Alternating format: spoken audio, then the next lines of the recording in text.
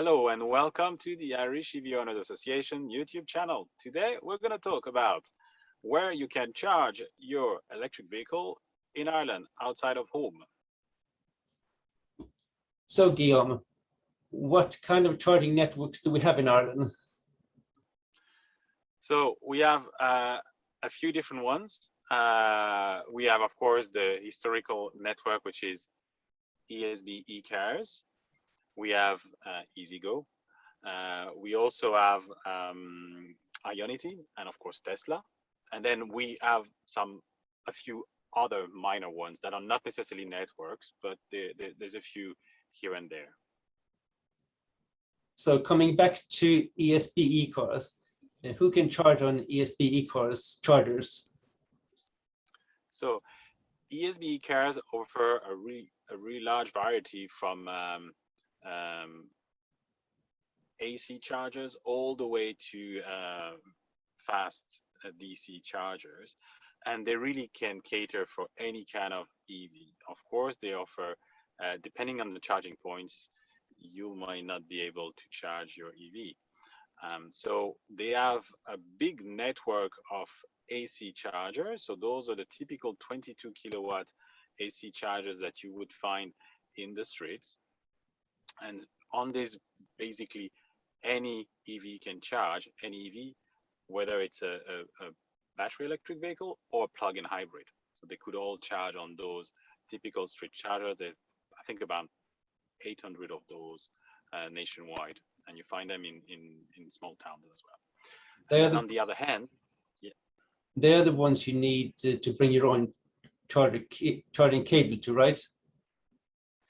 That's correct. So all the AC chargers, and this is true across all different type of charging stations, AC chargers, you have to bring your cable, and then DC chargers or fast chargers more than DC, because you have fast AC as well. The cable is attached to the charging station. So that's usually a big difference between the fast ones with a cable attached, usually 50 kilowatt and more, and then anything that's below, that's usually AC. So that would be you have to bring your own cable. That's 99% of the case, but there could be some exceptions. So anyone can charge at all of them. So at AC stations, yes, anyone can charge there, of course, providing you bring your Type 2 cable, because they are Type 2. So if you get your EV just with the granny cable that charges on a normal house socket, then you will not be able to charge there. You need a Type 2 cable. So Type 2 is the type of socket that you have on the charger side, and it's usually also the same sort of socket on the car side. However, some older EVs, they have Type 1 on the car side. But anyway, you have to make sure you have a cable that is Type 2, Type 1 to Type 2 or Type 2 to Type 2 with your car. Most EVs have this car included. So when you purchase one, there should be one. But again, there might be some that only provide the granny cable. So you have to be aware of that. But once you have it, you can charge anywhere, yes, on those AC chargers. And so if now we speak about the DC, still around ESB ecars, so ESB has quite a good number of DC charge points. So they are a bit everywhere as well, usually along motorways and main roads, but there is some that are some are in the cities and bigger towns. And so those DC chargers are usually providing for Chademo and CCS, combo CCS. So combo CCS would be on most of the cars nowadays, or pretty much any new car that you buy on the market as combo CCS. That's the European format, and this is going to be the standard on the years to come. And then you also have Chademo. So Chademo is currently, you can buy it still on a new car on the Nissan Leaf. That would be the last one, as far as I know. Mitsubishi Outlander plug-in hybrid also has it. But basically, this standard is almost dead in regards to new vehicles. But you still find a lot of those of course, on charging stations. ESB ecars still installed brand new fast charging stations with the Chademo. So you've got CCS and Chademo.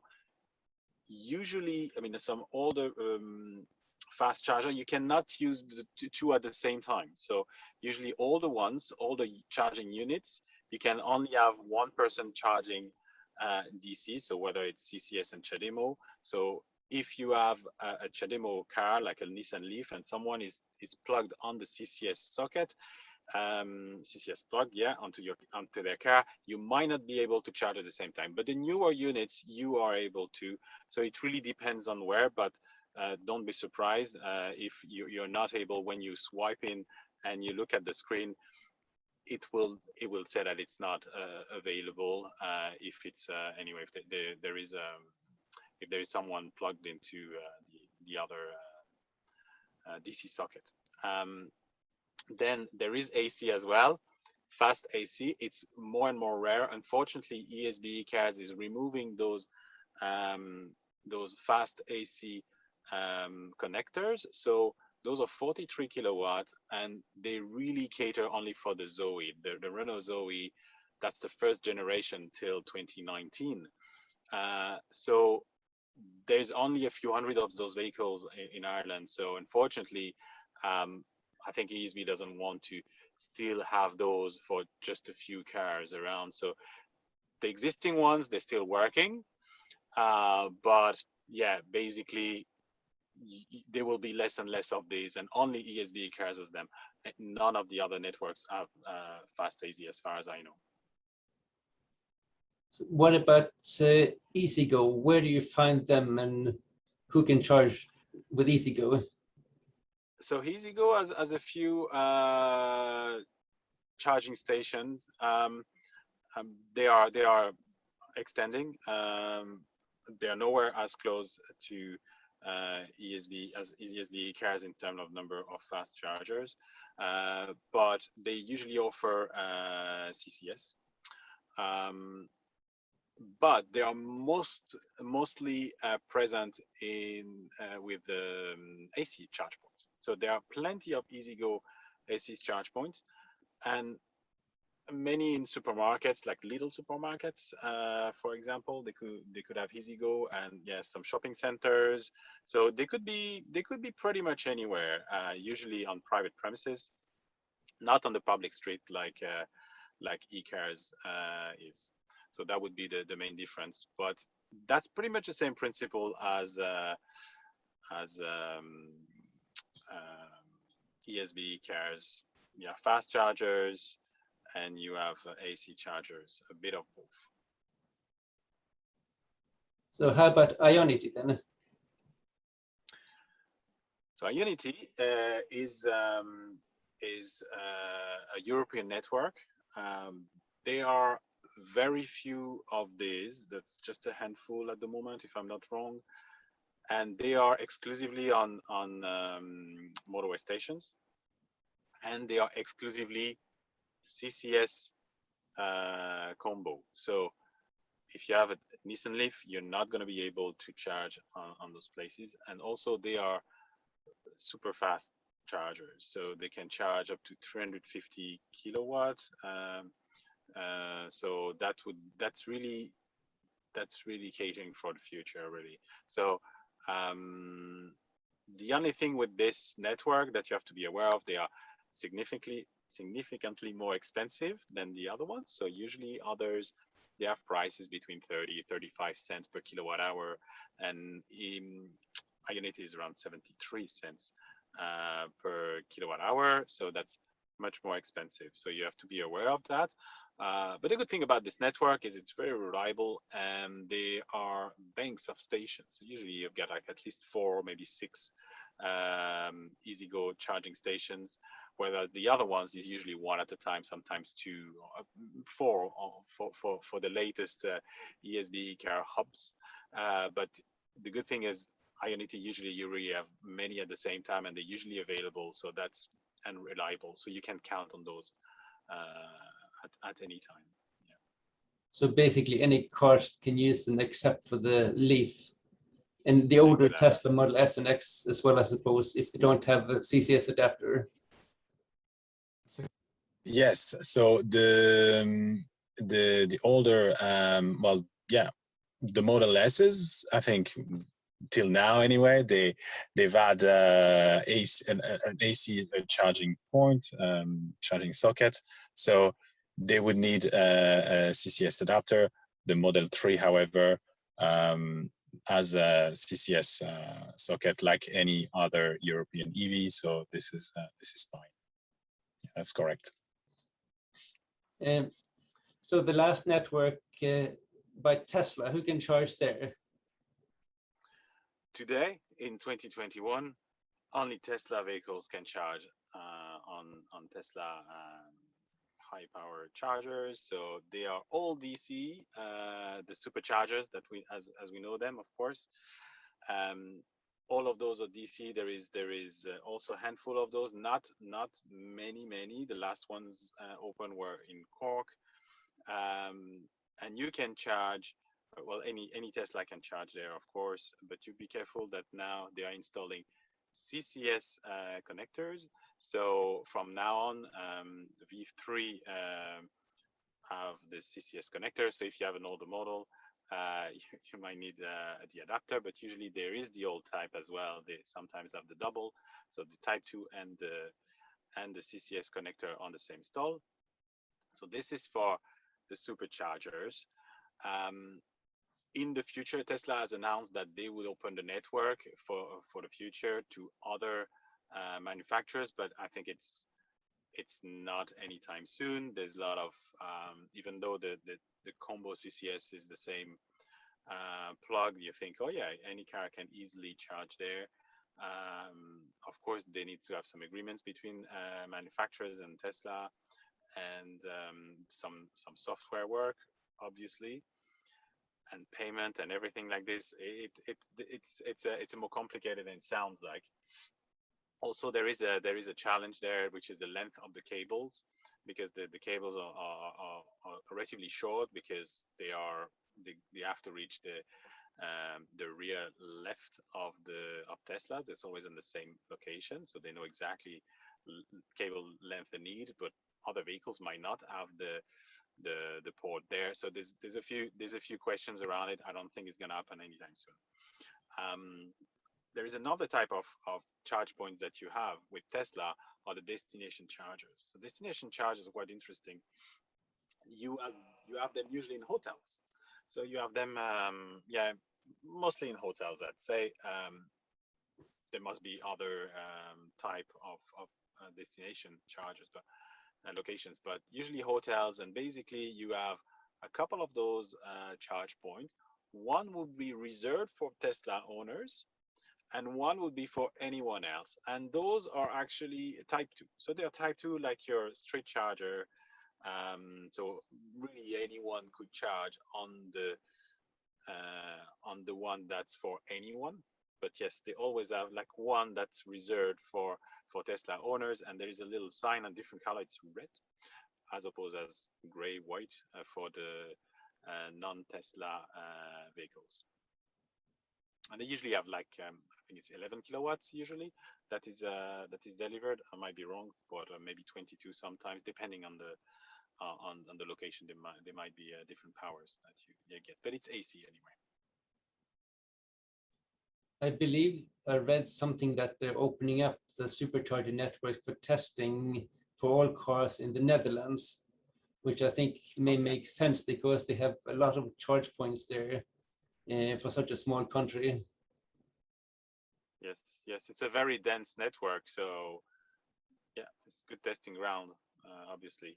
But I really believe the challenge will be around length of cable, because even though anyone can actually go there, if you position your car in a particular way, you can probably reach those cables. You might be parked not in the lines. We've seen some vehicles with crazy overhangs, and like the e-tron from Audi, you need a super long cable to reach. So Audi would have to park sideways, for example. So they will probably have to change cables. They probably also, you have those bars that prevent you from going Yes. bumping into the stall, which is good. But those can also be, if you have a car with a very short overhang and a charge port in front, it might prevent you from from reaching maybe the charge point. So there's a lot of questions, I think, but yeah, I'm glad to hear that they will start to test that. We will probably learn more about it in the next year. Yes, for sure. So those 4 networks that we covered, is there anything else? So yes, there are a few charge points that you find usually like it could be in hotels or private premises, or it could be shopping centers that are linked with neither of these, and usually they would be like accessible without RFID card, but you find here and there some of those. And also you've got stuff like Apple Green. Apple Green has some fast charge points, but they have, I don't know many, but very, very few. They probably have plans to expand that, but today you don't. They're free of charge. If you find them, they are accessible to anyone. They are, if I'm not wrong, CCS and Chademo. So no Type 2. No Type 2. No. They're only fast chargers. They are the same type as the ones from EasyGo. So they are V-Fill units, 50 kilowatt units. So they are good units anyway. So yeah, you've got some of these, and there might be others that we don't know of. The issue is that we don't necessarily know where they are, until you come across them. There are some applications, of course, but there is not a single comprehensive application that shows every single charge point that you can find out in the street or accessible to you anyway. So what about plug-in hybrids? Can they charge everywhere as well?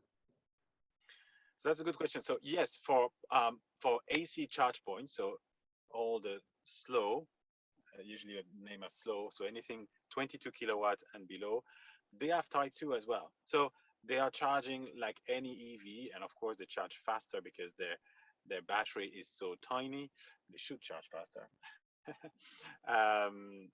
In a shorter period of time, that's what I mean, because the charging speed is actually not necessarily quick, usually 3 or 7 kilowatt. But you should be able to charge in any of those SE charge points, so supermarkets, streets, etc. But on top of it, there are a few that I can actually take a fast charge. It's quite rare.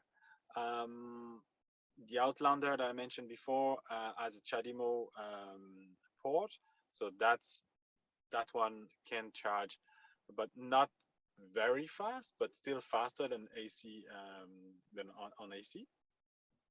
And you also have the Mercedes EQA, which has a CCS combo CCS socket as well. So you have a few. There might be a few more. I wouldn't be surprised if there is more bigger Mercedes coming up with this solution as well. But yeah, there are a few plug-in hybrids that can fast charge as well. All right, so I hope this information was useful to you. Please ask in the comment, or if you have any extra information, put a comment, please, in the section below. The day we're releasing this video is 25th. So if you're watching today on the 25th, just be aware that we have an informal Cars and Coffee located in Cork. It will be in Mountain Point Shopping Center from 11. So that's Sunday, the 26th of September. If you're watching after, sorry for that, you missed it. But there will be more, I know that. At the Tesla Supercharger site in Mountain Point. That's correct. Yes, there are the superchargers that opened recently. So this is where the meetup point is.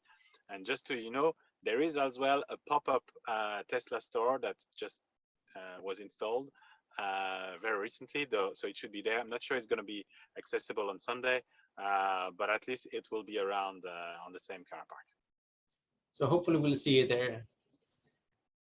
Bye for now. Thanks for watching, everyone. Bye.